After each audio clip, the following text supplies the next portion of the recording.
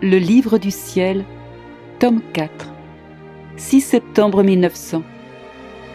L'état de victime. Mon très doux Jésus continue de venir. Ce matin, dès qu'il est venu, il a voulu déverser en moi un peu de son amertume. Ensuite, il m'a dit « Ma fille, je veux dormir un peu. Toi, remplace-moi dans ma fonction de souffrir, de prier et d'apaiser la justice. » Ainsi Jésus prit un somme, et moi, tout près de lui, je me suis mise à prier. Après, quand il s'est réveillé, nous nous sommes promenés un peu au milieu des gens. Il me fit voir plusieurs complots qu'ils sont en train de préparer et les efforts qu'ils font pour faire une révolution.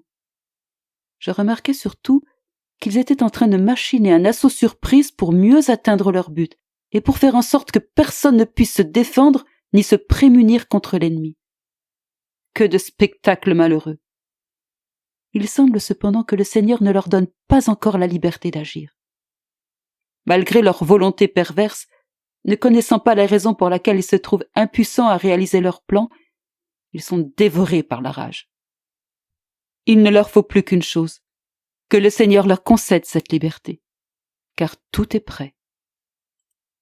Après notre tournée, Jésus se montra entièrement couvert de plaies et il me dit « Vois-tu combien de plaies ils m'ont ouvertes? Vois-tu la nécessité de ton état continuel de victime? Car il n'y a pas un seul instant où les hommes m'épargnent de leurs offenses.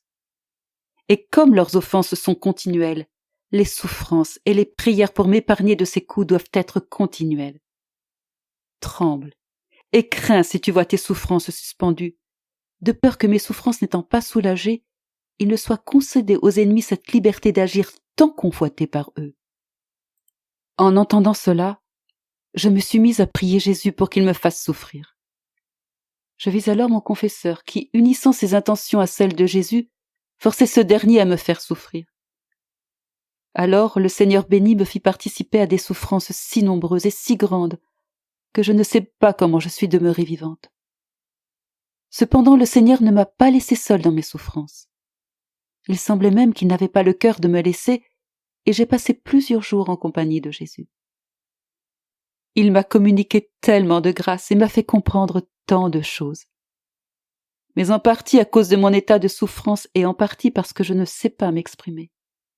Je m'arrête ici.